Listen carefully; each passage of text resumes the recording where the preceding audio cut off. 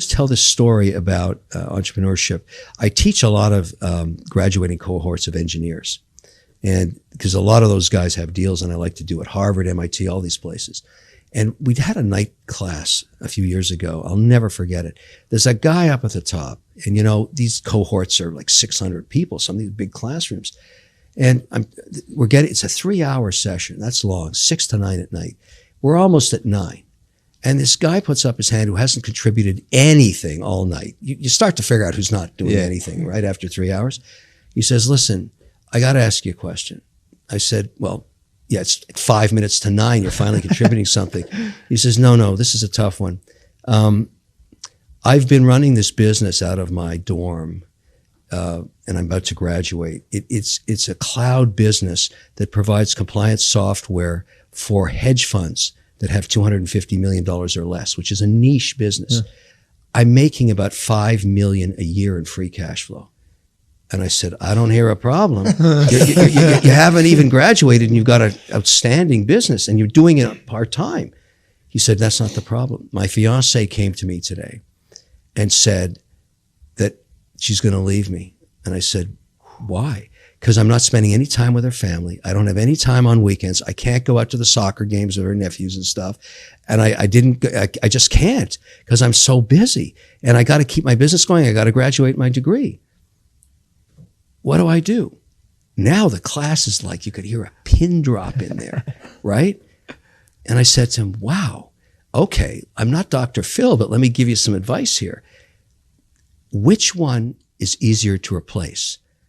The girlfriend or the business? Savage. I mean, you got to ask that question. You're making $5 million a year, and every woman in this class now knows this.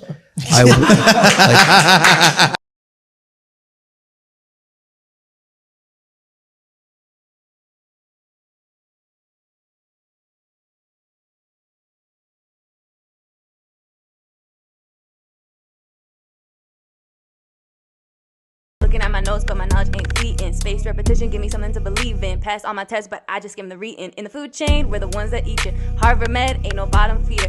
MD stands for my demeanor. Ask permission before I ever greet you. Does it radiate? Does it come with strain? Scale 1 to 10, can you rate the pain? When I knock the door, you ask who is it? You can check my coat, it'll spell my name. Yeah, you're messing with some Harvard MDs. Found my best friends for life from this Harvard MD. Giving everything we got for this Harvard MD. Now from the top, make it drop, come get your Harvard MD. You got your offer, now say yes to this Harvard MD. We're talking doc, that's a Harvard MD. You deserve the spot, you got future Harvard MD. There's some dogs in this house. There's some dogs in this house. There's some dogs in this house. There's some dogs.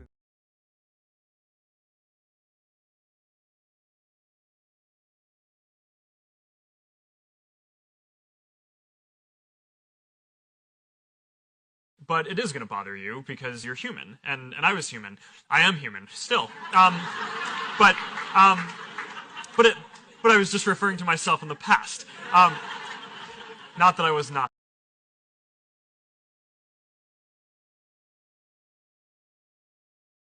But it is going to bother you because you're human, and I was human. I am human still. But I was just referring to myself in the past. Not that I was not.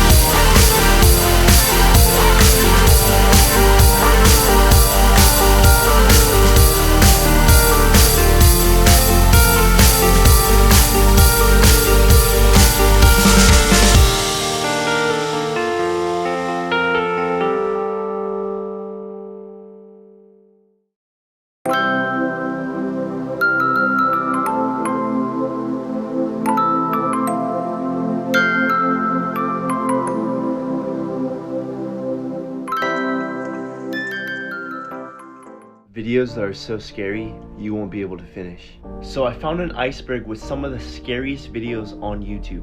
And some of these would have you hiding in the comments. And if you don't believe me, I'm live right now watching them.